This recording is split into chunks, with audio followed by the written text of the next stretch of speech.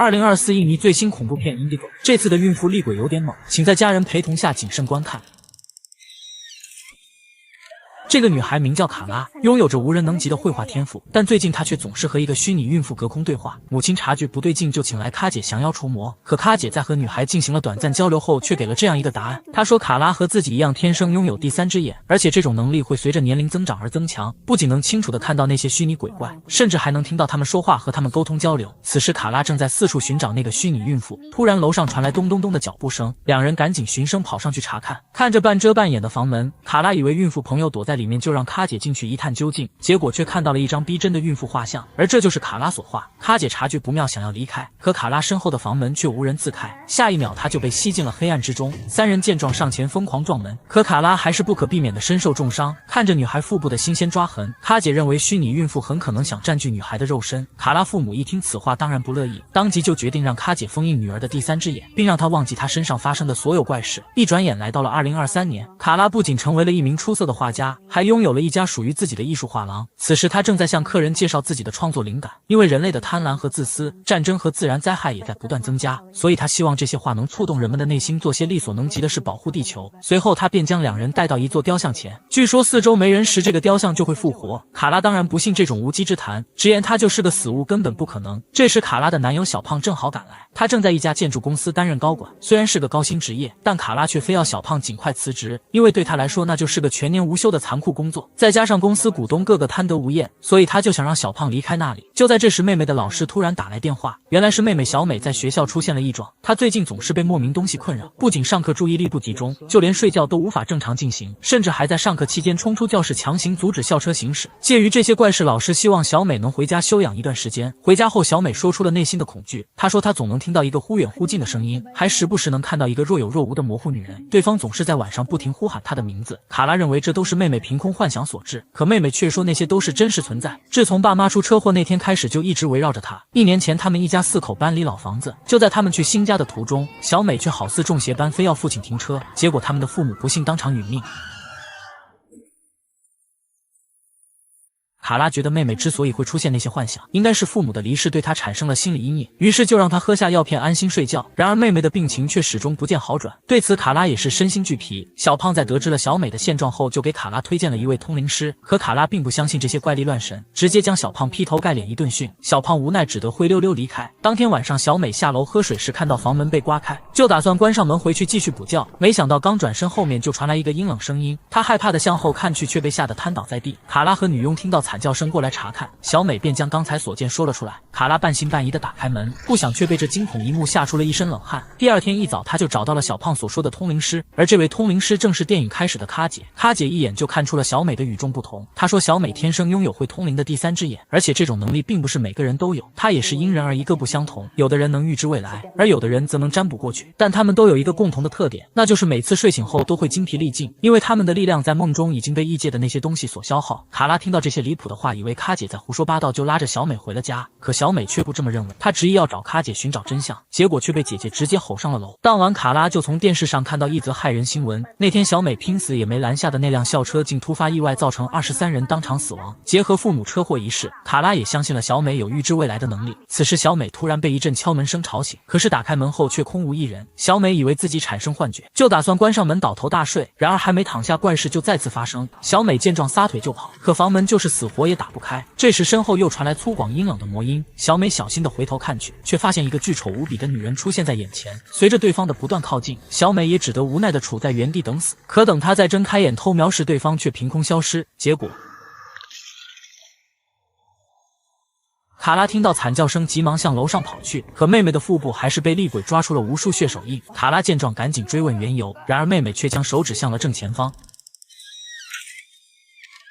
小胖听到小美的离奇遭遇后，便将卡姐一起叫到了医院。小美说那个厉鬼曾多次偷袭恐吓自己，卡姐的女儿认为他们的房间已被恶鬼霸占，就提议让母亲过去查看一番。可卡姐却将目光转向了卡拉，并问起了她腹部的抓痕。卡拉虽然知道自己身上有伤疤，但她却不知道具体是怎么回事。随后卡姐便将当年的事说了出来。原来当年卡姐不光封印了她的第三只眼，还将那些不太美好的记忆封存了起来。虽然卡拉完全不记得，但那些事却是真实的存在，因为卡拉自带通灵的第三只眼被封印，所以那个厉鬼鬼就无法进入他的身体。可厉鬼并没有就此放弃寻找宿主，而是盯上了具有特殊体质的妹妹小美。只有霸占了这种肉身，厉鬼才会变成真正的人类活在世间。既然当年封印卡拉的体质能阻止厉鬼，那现在封印小美的体质应该也同样奏效。可卡姐却说小美的能力过于发达，她根本无法封印，想要战胜厉鬼就必须靠小美自己。但是小美现在身体虚弱，卡姐表示自己会暗中帮助，可自己的力量也远远不够，必须解除卡拉的封印，和小美共同对抗厉鬼。一旦卡拉的第三只眼被解封，必定会遭来厉鬼惹祸上身。面对这种突如其来的新身份，卡拉显然有些无法接受，只是她还没有做出决定。家中女佣就因昨晚的恐怖经历而匆匆离去。这晚小美再次看到了那个恐怖身影，她害怕的直接钻进了卡拉的被窝。卡拉看着疯狂晃动的门把手，急忙下去查看，却发现房门无人自开。随着大门的打开，一股神秘力量也闯了进来。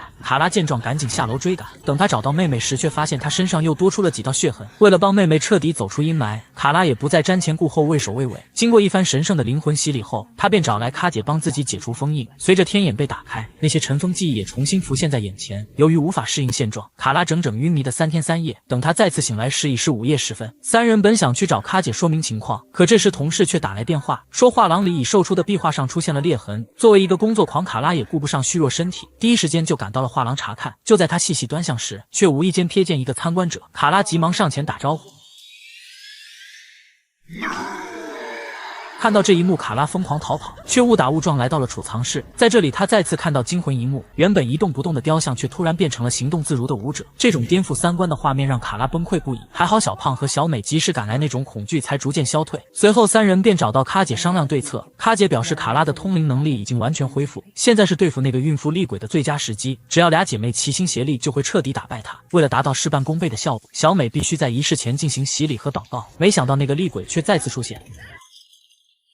等其他人闻声赶到时，小美早已被厉鬼高高举起。看着这嚣张的小表情，卡姐赶紧拿出驱魔手串念诵咒语。很快对方就在仇视与不甘中变成沙土消散，但卡姐却感觉他并没有离开，于是就来到大厅疯狂叫嚣。没想到孕妇厉鬼却突然将女儿搂在怀里，然后纵身一跃，将其倒插在了大门的锋利钢筋之上。爱女的突然离世让卡姐悲痛不已，但她并没有因此消沉，而是决定重新振作精神替女儿报仇。为此，卡姐再次找到了卡拉。此时的小美虽然脱离了生命危险，但由于受伤过于严重，仍处于晕迷状态。卡拉表示，妹妹被厉鬼举起时，她和厉鬼进行了短暂对视。那一刻，她从对方眼中看到了过去的一切。由此可见，卡拉第三只眼的特异能力就是能追溯过去。当年拥有通灵体质的卡拉外婆和一个穷巫师组建了新家庭，而这个穷巫师就是卡拉的外公。为了家族和子嗣的荣华富贵，卡拉的外婆就决定和恶魔做交易。于是某天夜里，夫妻两人就将物色好的孕妇献祭给了恶魔。很快，他们的愿望就变成了现实，不仅老破小变成了高大上，还生下了一个可爱至极的小公主。就在外婆悠闲自得地哄着女儿睡觉时，含冤而死的孕妇却变成怨气深重的厉鬼来到身边寻找可以寄居的通灵肉身。然而她的女儿并没有遗传这种特殊体质，为了不让孕妇进入自己的身体，外婆直接将匕首插进了脖颈。孕妇看着死去的外婆，知道自己没了复生机会，于是就将目标放在了他们家族的其他人身上。因为卡拉的外公和父母都不具有这种体质，所以就轮到了卡拉和小美姐妹俩。可卡拉却认为孕妇厉鬼并不仅仅是想要一个可以寄居的肉身，而是想要一个属于自己的孩子。卡姐听后顺感不妙，为了不让厉鬼的阴谋得逞，她便让姐妹俩搬到了自己家暂住。可这天晚上，卡拉却看到一个人影闪过，她急忙跟了过去，没想到竟是小胖死去的父亲。透过对方深邃的眼神，卡拉看到了男人死前的一些画面。原来小胖的父亲曾是卡拉外公家的佣人，那晚正好是月圆之夜，他本打算关上窗户回房休息，却无意间看到卡拉外公独自外出。出于好奇，他就悄悄跟在对方后面暗中观察。没想到卡拉外公却来到后院古树下的祭坛中央，他一边跪地膜拜，一边感谢恶魔的恩赐。小胖的父亲看到后撒腿就跑，但很快他就被卡拉外公撂倒在地。因为担心此事被曝光，他就将小胖父亲活活掐死，事后又将其吊上大树，伪造成自杀假象。得知真相的卡拉悔恨不已，但他还是和小胖说出了全部内容。而小胖怎么也想不到自己的父亲竟是被心爱之人的家人所害，但下面这些话却让他瞬间放下了包袱。因为刚才小胖父亲对卡拉说自己的死是人类贪念所致，他希望儿子能远离贪婪之人，远离现在的公司。这时卡姐突然想到了小胖父亲的埋葬地，卡拉说家中所有已死之人都埋在老家后院，其中还包括献祭而死的孕妇。此话一出，卡姐茅塞顿开，因为消灭厉鬼的最好办法就是火化残骸，但是必须在月圆之夜的11点之前进行，而今天正好是月圆之夜，眼看时间所剩不多，小胖开车就直奔卡拉家的老家后院。等他赶到时，孕妇的残骸也被挖了出来，小胖赶紧打包往卡姐家赶，没想到一辆大卡车却突然冲出，好在他命大，及时从车里爬了出来。而那个肇事者就是他公司的一位高管，因为小胖在来时的路上给老板发消息，说要退出公司的贪婪计划，老板怒火攻心，就派人杀他灭口。此时已是午夜11点，因为小胖的昏迷已错过了驱鬼的最佳时机。卡姐苦等小胖无果后，只得和两姐妹手拉手传输力量，共同抵制厉鬼侵占他们的身体。很快，厉鬼就来到了跟前。由于卡拉的专注力不够，直接就给了对方可乘之机。卡拉在吸食了一些污秽之物后，当场晕厥。可下一秒，他就不停抽搐，并上演了一场高难度的人体柔术。等他再站起势，已变成了另一副邪恶面孔。很显然，卡拉已被厉鬼上身。看着镜中的姣好容颜，他高兴不已。好在厉鬼并没有大开杀戒，而是和卡姐的儿子聊起了天。原来孕妇早和恶魔结盟，就是利用人类之躯生下恶魔之子，而他选择的配偶就是卡姐的儿子。另一边，小胖也清醒了过来，他强忍剧痛给卡姐打去求助电话。还好这时小美及时醒了过来，由于卡姐无法脱身，他就安排小美到事故地点去拿厉鬼骸骨。这时被附身的卡拉也被卡姐的儿子按倒在地，卡姐见状便和儿子合力驱鬼，但两人根本不是他的对手。很快男孩就被甩飞数米，卡姐也因一时分心被厉鬼掐住喉咙，暂时丧失了反抗能力。男孩被激怒，操起家伙就暴击了过去，结果厉鬼毫发无伤，自己却再次陷入昏迷。